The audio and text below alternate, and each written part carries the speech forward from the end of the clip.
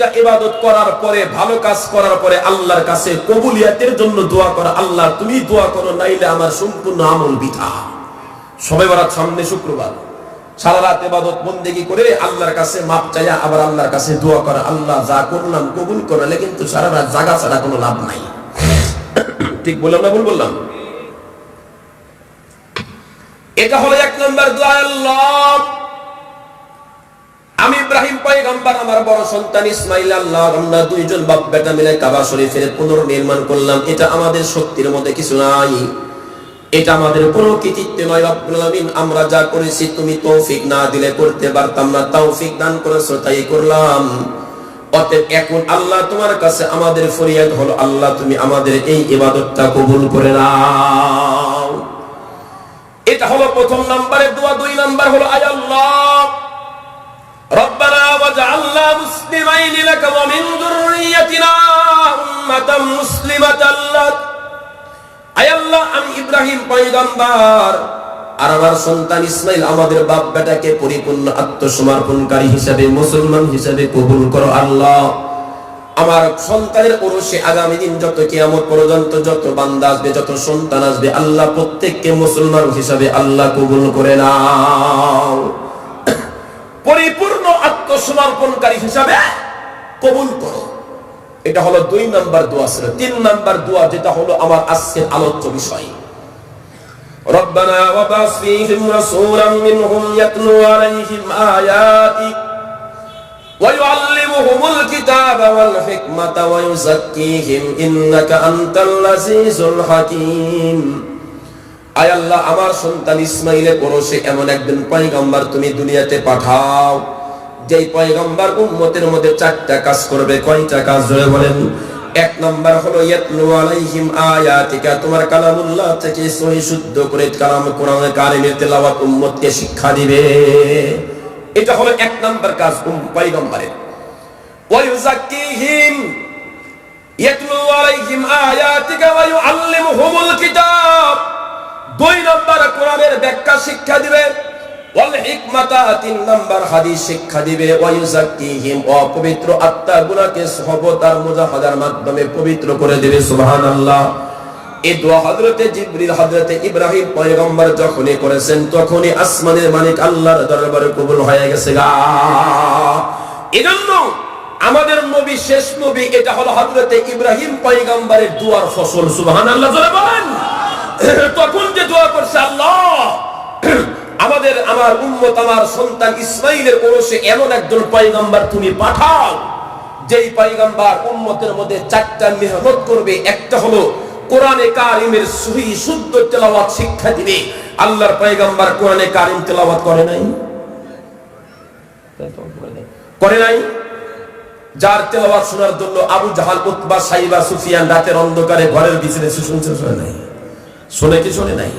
আবু জাহাল আইন করলো, কেউ যাইতে পারবে না, মুহাম্মাদের তেলাওয়াত কেউ শুনতে পারবে না। গভীর রাত যখন হয়েছে, সবাই মনে করছে নেতা যখন না করছে, অন্তত নেতা তো আর আসবো না। আবু সুফিয়ান কয় আমি যাই, আর কেউ না আসুক। আবু জাহাল কয় আমি না করছি, আমার উপরে মাতব্বরি করার কারো সুযোগ নাই, অতএব কেউ আসবো না, আমি যাই। গভীর রাত্রিতে আল্লাহর পয়গম্বরের তেলাওয়াত শুনতে শুনতে 4টা চোর একসঙ্গে একটার সাথে একটা ঢিপ লেগে গেছে। সুবহানাল্লাহ কয় না? হায় হায়। একটা জিনিস মাঝখানে বলি, আমাদের সমাজে কিছু লোক আছে আলেম ওলামাকে দেখতে পারে না, দেখলেই কপাল খুশি হয়, কার মটকা দিবে, চাকরি থেকে বাদ দিবে, মুখামুখি গালাগালি করে, কিন্তু বাপ মরলে ওই হুজুরের কাছে আবার যায়, মাও মরলে ওখানেই যায়। এই জন্য এক লোক বলছিল, মোল্লা ছাড়া তোমার মায়ের বিয়াও তো হয় না। ঠিক না বে ঠিক? এ মোল্লা না থাকলে তো তোমার মায়ের বিয়াও হবে না। আল্লাহর পয়গম্বর কোরআনে কারিমের তেলাওয়াত শিখাইছেন, 1 নম্বর কাজ করছেন উম্মতের মধ্যে, যেই কাজটা সারা দুনিয়ার এখন মাদ্রাসাগুলোতে করানো হয়। সুবহানাল্লাহ বলেন। নাম্বার 2, কোরআনের সঠিক ব্যাখ্যা, তাফসীর। আল্লাহর পয়গম্বর মুসলমান সাহাবীদেরকে আল্লাহর পয়গম্বর শিখাইছেন, যেটা এখন কওমি মাদ্রাসাগুলোর মধ্যে করানো হয়। সুবহানাল্লাহ বলেন। 3 নম্বর হাদিস শিক্ষা দেওয়া হয় এই মাদ্রাসাগুলোতে। 4র্থ নম্বর আত্মশুদ্ধির মাধ্যমে, মুজাহাদার মাধ্যমে অপবিত্র মানুষগুলাকে পবিত্র করে ভালো করে দেওয়া হয়। আলহামদুলিল্লাহ, সুবহানাল্লাহ বলেন। এই চারটা কাজ একসঙ্গে কোন ভার্সিটিতে পাওয়া যায় বলেন? জাহাঙ্গীরনগর বিশ্ববিদ্যালয়, ঢাবি বিশ্ববিদ্যালয়, রাজশাহী বিশ্ববিদ্যালয়, চট্টগ্রাম বিশ্ববিদ্যালয়, ময়মনসিংহ কৃষি বিশ্ববিদ্যালয়। কোথায় করা হয়? আপনাদের এই বনবাড়িয়া দারুস সালাম ইসলামিয়া মাদ্রাসাতে এই চারটা কাজ একসঙ্গে করা হয়। সারা দুনিয়াতে কওমি মাদ্রাসাগুলো যেখানে যেখানে আছে, আল্লাহর পয়গম্বরকে আল্লাহ পাক যেই চারটা কাজ নিয়ে দুনিয়াতে উম্মতের উপরে মেহনত করার জন্য পাঠাইছিলেন, ওই চারটা কাজ একসঙ্গে যেটা পাওয়া যায় তারই নাম হলো কওমি মাদ্রাসা, আজকের মাদ্রাসা। সুবহানাল্লাহ। এজন্য এই কওমি মাদ্রাসাগুলো আমাদের সমাজে, আমাদের দেশে দরকার আছে না নাই? আপনারা তো শুনলে অবাক হবেন। আমরা দুই একজন বক্তা যারা আছে, একটু গরম মাইকে আসলে একটু অনেক সময় রাগারাগি করি বা গরম বক্তব্য দিই, অনেকে কয় হুজুর এমনি চিল্লায়, এত চিল্লায় না, কথা আস্তে আস্তে বললেই তো হয়। আসলে কেন যে চিল্লায় এটার একটা ঘটনা আপনাদেরকে শোনাই। সাপ চেনেন? সাপ সাপ একদিন পীর সাহেবের কাছে গেছে। কোন এক পীরের কাছে গিয়ে কয়, হুজুর আমি আপনার কাছে মুরিদ হতে চাই, বায়াত হতে চাই। এখন তো মুরিদের ব্যবসা জাক জমক কথা পায় না, বায়াত হতে চাই। মা বোন যারা আসছেন মাঝখানে আপনাদের কথাটা বলে দিয়ে মন থাকবে না, টাইমও শর্ট। খালি যদি শুনে পীরের মুরিদ না হলে জান্নাত নাই, যেই বাড়ির দিক পীরের বাড়ির দিক দৌড়। পীর 1 নাম্বার না 5 নাম্বার কোন যাচাইও নাই। পীর সাহেব আলহামদুলিল্লাহ খুব ভালো, আসো আসো। আমার কাছে আসলে দুইটা সুবিধা আছে, একটা হলো পর্দাও লাগবে না, আর একটা ঠান্ডা পানি দিয়ে ওযু করে এত নামাজের দরকার নাই, জাকজুত করে একটা সিজদা দিলেই হয়। কয়টা সিজদা? এক সিজদা। ওই এক সিজদা দিয়ে জান্নাত পার হয়, জাহান্নামে যামু তোমাকেও নিব। ঠিক না? ঠিক। আরেকজন কয়, হুজুর এত নামাজের দরকার নাই তো, আর নামাজ পড়বো কোথায়? ফেরেশতা শয়তান তো সব জায়গায় সিজদা দিছে, জায়গায় তো বাকি নাই। শয়তানের কথা নাই, আল্লাহ নবী কে কথা বলছিলেন, সাহাবা গ্রামের কথা বলছেন। এই হলো অবস্থা। মা বোনদের মাঝখানে বলি, বনবাড়িয়ায় তো এটা নাকি পর্দার অবস্থা তো জটিল। তবে এই এলাকার মা বোনরা মনে হয় একটু ভালো আছে, সভ্য ভদ্র আছে, বোরকা ছাড়া বাইরে বের হয় না, নাকি? নাকি এখানে বেপর্দা আছে? আল্লাহ হেদায়েত করুন, আমিন বলে বলেন। দেখবেন চুল কাটছে কবি নজরুল ফেল, ঠিক না? কখনো 3 পিস, কখনো 2 পিস, কখনো 1 পিস, কখনো পিসও নাই। গেঞ্জি পরা, টাইস পরা, এগুলা রাস্তার মধ্যে যখন ঘোরাফেরা করে, যুবকরা তখন ঠিক থাকতে পারে না, হয় একটা বাদাম দেয় ঢেল দেয়, না হয় মিসকল দেয়। বাংলাদেশ সরকার আইন করে 7 বছর জেল, ইফতিজিং করছে। ইফতিজিং করছে ভালো কথা, 10 টাকার আগে তদন্ত করো। 10 টাকা যুবকের দোষ না মহিলার দোষ? 1 নাম্বার তো গার্জেনের দোষ। তুমি তোমার মেয়েকে রাস্তার মধ্যে বেপর্দা রাস্তা ঘুরাইতেছো, তোমার তো লজ্জা হওয়া দরকার। তোমার এই মেয়ে যখন জাহান্নামে যাবে বলবে আল্লাহ জাহান্নামে যেতে প্রস্তুত, বাবা আর মাকে ডাকো, বাপ মার বুকে পাড়া দিয়ে তারপর জাহান্নামে যেতে চাই। কারণ ওরা তাবলীগ করছে কিন্তু আমাদের কখনো দাওয়াত দেয় নাই। যদি ওদিন এই কথা বলে উপায় আছে? উপায় আছে? মুসলমান মা বোনদেরকে মাঝখানে হাদিস একটা বলেই যায়। আজ থেকে প্রায় 1450 বছর পূর্বে আল্লাহর পয়গম্বর বলে গেছেন যে এই দিনের পয়গম্বর উহুদের ময়দানে মাথার ভিতরে করা ঢোকার পরে দুনিয়া থেকে দিন বিদায় হতে দেয় নাই। যেই দিনের পয়গম্বর খন্দকের যুদ্ধে বন্দরমার পেটের ভিতরে একাধিক পাথর বাঁধার পরে দুনিয়া থেকে দিন বিদায় হতে দেয় নাই। যেই দিনের পয়গম্বর 3 মাস পর্যন্ত চুলা জ্বলে নাই। আম্মাদার আয়েশা বলে রাআইতুল হিলালা সুম্মাল হিলালা সুম্মাল হিলাল।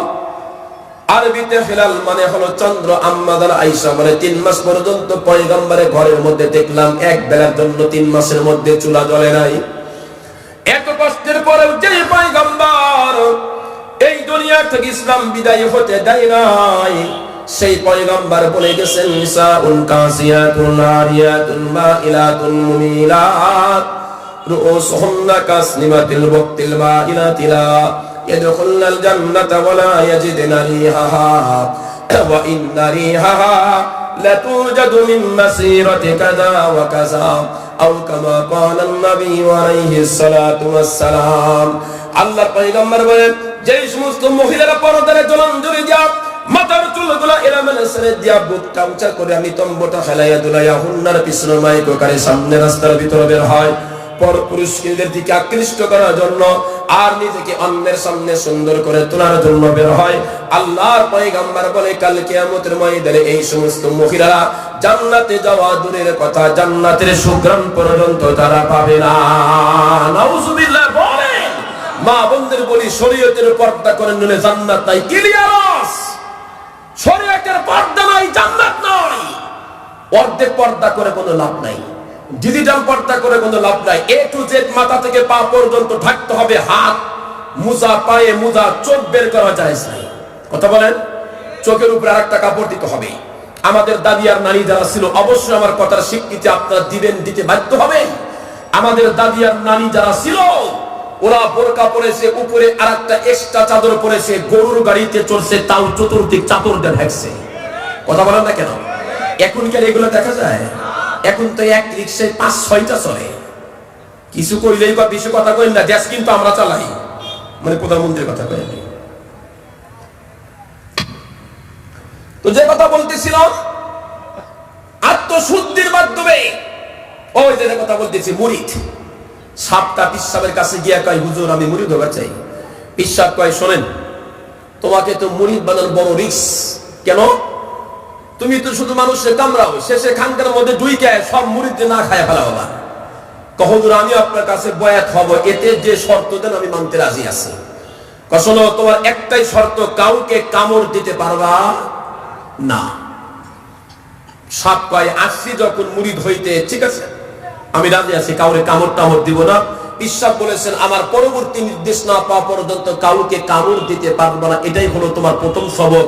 33 বার সুবহানাল্লাহ, 34 বার আল্লাহু আকবার, এই সবক আপাতত নাই। প্রথম সবক হলো আগামী 10 দিন তুমি কাউরে কামড় দিতে পারবা না। এটা হলো সবচেয়ে বড় সবক। সাপ চলে গেছে। পাহাড়ের মধ্যে গিয়ে এক জায়গায় শুয়ে চিন্তা করতেছে, এমন কাজটা শেষ পর্যন্ত করলাম, মুরিদ আর কি দরকার ছিল? মুরিদ যখন হয়েছে, এখন তো আমার সব বন্ধ হয়ে গেল। হুজুর বলছে কাউরে কামড় টামড় দিতে পারবা না। এই ভাবতে ভাবতে সন্ধ্যা হয়ে গেছে, খাওয়া টাওয়া নাই। সন্ধ্যেবেলা এক কাঠুরি কাঠ কাটছে, বাড়ির দিকে বোঝা নিয়ে আসবে, কাঠের কিন্তু দড়ি নাই। কি নাই? রশি নাই। দেখতেছে ওই দূরে একটা লম্বা রশি পড়ে আছে। রাতের, দিনের শেষ, রাতের শুরু হয়েছে, প্রায় অন্ধকার, বোঝা তো যায় না। সাপটাকে তো দড়ি মনে হচ্ছে। আর এদিকে সাপ তো কিছু বলবে ওনা, পিসাবের অর্ডার। ওই সুন্দর করে সাপটা নিয়ে সুন্দর করে গেরো দিয়া, আমাদের কান্দা বাড়াতে বলে 20 গেরো। আপনারা কি করেন? মানে এক গেরোর উপর যখন আর এক গেরো দেয়, তার নাম হয় 20 গেরো। যেই টাইট করে গেরো দিছে, তখনই তো 3 আত্মা, 5 আত্মা, 2 আত্মা শেষ। তারপরে সাপ কিচ্ছু বলে নাই, বাড়িতে নিয়ে গেছে। কাটুরি যখন লাকড়ি বোঝা খুলছে, সাপটা কোনো মতো জীবনটা বাঁচায়া টেঙ্গুস পারতে পারতে পিসাবের দরবারে এসে হাজির। পিসাব কয়, কি বাবা, এটা আবার কি হলো কেমনে? হুজুর আপনি যে প্রথম সবক দিছেন, কাউরে কামড় দিও না, আমার অবস্থা তো 12টা বাজে গেছে। পিসাব হুজুর কয়, কামড় দিতে না করছিলাম নিষেধ, ফোঁস বলতে তো আর না করি নাই। নাকি ফোঁস বলতে তো আর না করে নাই? তুমি যদি ফোঁস বলতে, তাহলে তোমাকে বান্দা তোমার এই অবস্থা করা দূরের কথা, 20 মাইল পালাইয়া যাইতো। তাহলে কোন ঠিক কিনা? এদেশের ওলামা কেরাম যদি আজকে মাইকে চিল্লানি বন্ধ করে, আল্লাহর কসম, এই বাংলার জমিনে আযানও হবে না, মসজিদে আর নামাজ পড়ার সুযোগ থাকবে না। এজন্য আমরা চিল্লাই। কথা কি বোঝেন কিছু? আর আমাদের চিল্লানির কারণে আপনারা চারানে বোমা। নইলে বাংলাদেশটা কবে অমুসলিম দখল করতে দেশের আলেম ওলামার চিল্লানির কারণে আজও বাংলাদেশের উপরে শকুনের চোখ পড়ছে, কিন্তু কাজ করতে পারে নাই। এই জন্য ওলামা কেরামরা রাতের বেলা, দিনের বেলা মাইকে একটু চিল্লায়, কিন্তু আলেমদের চিল্লানি দেখছে, রাতের কান্না তো কোনোদিন দেখো নাই। আল্লামা মাহমুদুল হক চিল্লায়, রাতের কান্না দেখো নাই। খালেদ সাইফুল আইয়ুবী চিল্লায়, রাতের কান্না দেখো নাই। ওলামা কেরাম মাইক পাইলে একটু চিল্লায়, কিন্তু রাতের কান্না দেখো নাই। বিশ্বাস যদি না হয়, এলাকার মাদ্রাসা, এই বনবাড়িয়া দারুস সালাম মাদ্রাসা, আলামিন সাহেবের মহিলা মাদ্রাসা আছে না নাই? রাত 3টার সময় যাও, দেখবা ওরা কেউ ঘুমায় না। রাতের অন্ধকারে ঠান্ডা পানি যা উযু করে তাম দুনিয়ার 99% মানুষ, যখন শতাংশ মানুষ যখন ঘুমের মধ্যে বিভোর, এই সময় উলামা কেরাম মাসুম বাচ্চারা পর্যন্ত, ছাত্র শিক্ষক শিক্ষিকা ছাত্রী পর্যন্ত তাহাজ্জুদ করে আল্লাহর দরবারে কান্দে, আয় আল্লাহ জিন্দেগীর গুনাহ মাফ করে দাও। শুধু আমাদের মাফ করো তাই না, এলাকার প্রত্যেকটা মুসলমানদের জিন্দেগীর গুনাহ মাফ করো। করোনা ভাইরাসের নতুন ধরন ওমিক্রন থেকে আল্লাহ সবাইরে বাঁচাও। আল্লাহু আকবার জোরে বলেন। আমরা তো নিবেদিত প্রাণ মানুষের জন্য, এজন্য মাসুম বাচ্চারা, আপনি অনেক সময় ফজর নামাজ পড়েন না, সকাল 9টা ঘুম থেকে ওঠেন, এই সময় তো ওই মাসুম বাচ্চাদের 3-4 পারা কোরআনে কারীম তিলাওয়াত হয়ে যায়। সুবহানাল্লাহ বলেন না? আর এদের কারণে আল্লাহ পাক আপনাদের সমাজ, এলাকা, দেশ এখনো টিকে রাখছে। আলহামদুলিল্লাহ জোরে বলেন। আপনারা শুনলে অবাক হবেন, ইঞ্জিনিয়াররা মনে করে এই দুনিয়া আমরা টিকে রাখছি, ভুল কথা। ডাক্তার মনে করে এই দুনিয়া টিকে রাখছি, ভুল কথা। অফিসার মনে করে এই দুনিয়া টিকে রাখছে, ভুল কথা। এই দুনিয়া টিকে রাখছে মাসুম বাচ্চারা, কোরআনে কারীমের যারা তেলাওয়াত করে ওরা। আরো জোরে বলেন কেমনে? আল্লাহ রাসূল বলে, লা তাকুমু সাআতু হাত্তা ইউকালা ফিল আরদি আল্লাহ আল্লাহ। ওই সময় পর্যন্ত দুনিয়া কিয়ামত হবে না যতক্ষণ পর্যন্ত আল্লাহ আল্লাহ বলনেওয়ালা, জিকির করনেওয়ালা লোক এই দুনিয়াতে থাকবে। আর আফজালু যিকরি তিলাওয়াতুল কোরআন, সবচাইতে উত্তম জিকির হলো কোরআনে কারীমের তেলাওয়াত। ওটা কি স্কুলে হয় না মাদ্রাসা হয়? আর ধরে বলেন, আবাসিক না অনাবাসিক? আবাসিক মাদ্রাসা 24টা ঘন্টা কোরআন তেলাওয়াত হচ্ছে। এই জন্য এই মাদ্রাসাগুলা টাকা দেয়া, পয়সা দেয়া, ছাত্র দেয়া, আমরা পাশে থাকবো। কারা কারা হাত তুলে, হাত তুলে আল্লাহ আমাদের তৌফিক দান করেন, আমিন। হাত নামান। এই এলাকায় মাদ্রাসা হওয়াতে কারা কারা খুশি? হাত তোলেন, হাত নামান।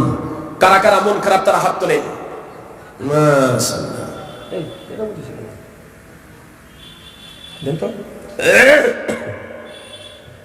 কোরআনে কারীমের তেলাওয়াতটা বড় মজার। আল্লাহর পয়গম্বর বলেন, মান ক্বারা হারফাম মিন কিতাবিল্লাহি ফালাহু হাসানাতুন ওয়াল হাসানাতু বিআশরি আমসালিহা। যে ব্যক্তি কোরআনে কারীমের একটা হরফ তেলাওয়াত করবে, আল্লাহ পাক তার আমলনামায় 10টা নেকি লিখে দিবে। সুবহানাল্লাহ। বুঝে পড়লে না, না বুঝে পড়লে কথা বলেন। বুঝে পড়লেও 10 নেকি, না বুঝে পড়লেও 10 নেকি। সুবহানাল্লাহ। যদি কোনো ব্যক্তি যত বড় স্কলার হোক না কেন, যদি বলে যে না বুঝে পড়লে কোনো নেকি নাই, ও তো ভ্রান্ত মতবাদ, ও তো ভণ্ড স্যার, আর কেউ নয়। বিশ্বনবী পয়গম্বর যেখানে বললেন না বুঝে পড়লেও 10 নেকি, সেখানে তুমি যত বড় ডাক্তার স্কলার হও না কেন, আল্লাহর পয়গম্বর চাইতে বড় হও না। এই আমি আপনাদেরকে মিসাল দিয়ে বোঝাতে চাই, বলেন না কেন? আলিফ লাম মিম। আল্লাহর পয়গম্বর কইলা আকুলু আলিফ লাম মিম হারফুন, বাল আলিফুন হারফুন ওয়া লামিন লামুন হারফুন ওয়া মিমুন হারফুন। আলিফ লাম মিম কোরআনে কারীমের শুরুতে আছে না নাই? আলিফ লাম মিম রা, আলিফ লাম মিম সিন, এরকম অক্ষরগুলো আছে না? এগুলাকে হুরুফে মুকাত্তাত বলা হয়। এগুলার অর্থ আল্লাহ ছাড়া পৃথিবীর কোনো মানুষ জানে না। আল্লাহর পয়গম্বর কয়, লা আকুলু আলিফ লাম মিম হরফ, আমি তো এই কথা বলি না যে আলিফ লাম মিম হরফ 3টা মিলে একটা হরফ, বরং আমি পয়গম্বর বলি আলিফ একটা হরফ, লাম একটা হরফ, মিম আরেকটা হরফ, 3টা হরফ, 3টা হরফ নেকি। আল্লাহু আকবার তেলাওয়াত করলে দিন 10-এ 30টা নেকি পাওয়া যায়। সুবহানাল্লাহ জোরে বলেন। এই অর্থ তো আল্লাহ ছাড়া কেউ জানে না, অথচ রাসূল বলে দিলেন এই 3টা পড়লে 30 নেকি। এখান থেকে বোঝা যায় কোরআনে কারীম অর্থ ছাড়া পড়লেও নেকি হয়। যারা বলে অর্থ না পড়লে নেকি নাই, ওরা কোরআন থেকে মানুষকে দূরে সরাইতে চায়। কথা কি বুঝাচ্ছে? বুঝাচ্ছে? আল্লাহ আমাদের কোরআন পড়ার তৌফিক দিয়ে। রমজান মাস সামনে আসতেছে, প্রায় মসজিদগুলোতে বয়স্ক ট্রেনিং হবে। আপনারা শিখবেন, কারা কারা হাত তোলেন? হাত তোলেন মিয়া। জীবনটাতে শেষ করে দিয়েছেন, কোরআনে কারীম শুদ্ধ করে শিখতে শিখতে কবরে যান, জান্নাত পাবেন। তলবে ইলমের খাতায় নাম হবে শাহাদাতের মৃত্যু, আল্লাহ পাক দিয়ে দিবেন। হাকিমুল উম্মত মুজাদ্দিদ মিল্লাত আশরাফ আলী থানভী রাহমাতুল্লাহ লিখছেন একটা কথা, ঘটনা সত্য মিথ্যা উনি জানে, আল্লাহ জানে, তবে কথা আছে এখানে। উনি বলেন, এক ব্যক্তি মারা গেছে, যখন মুনকার নাকির প্রশ্ন করতে আসে, মার রব্বুকা, তোমার রব কে? লোকটা উত্তর দেয় আলিফ বা তা আসা। আবার বলে মা দীনুকা, তোমার দিন কি? আলিফ বা তা আসা। মান হাদার রাজুল আল্লাযী বুইসা ফীকুম, এই লোকটাকে পয়গম্বরের ছবি তুলে দেখানো হয়, এই লোকটাকে বলো। লোকটা উত্তর দেয় আলিফ বা তা আসা। প্রশ্ন হলো 3টা, অ্যানসার কিন্তু একটাই, আলিফ বা তা আসা।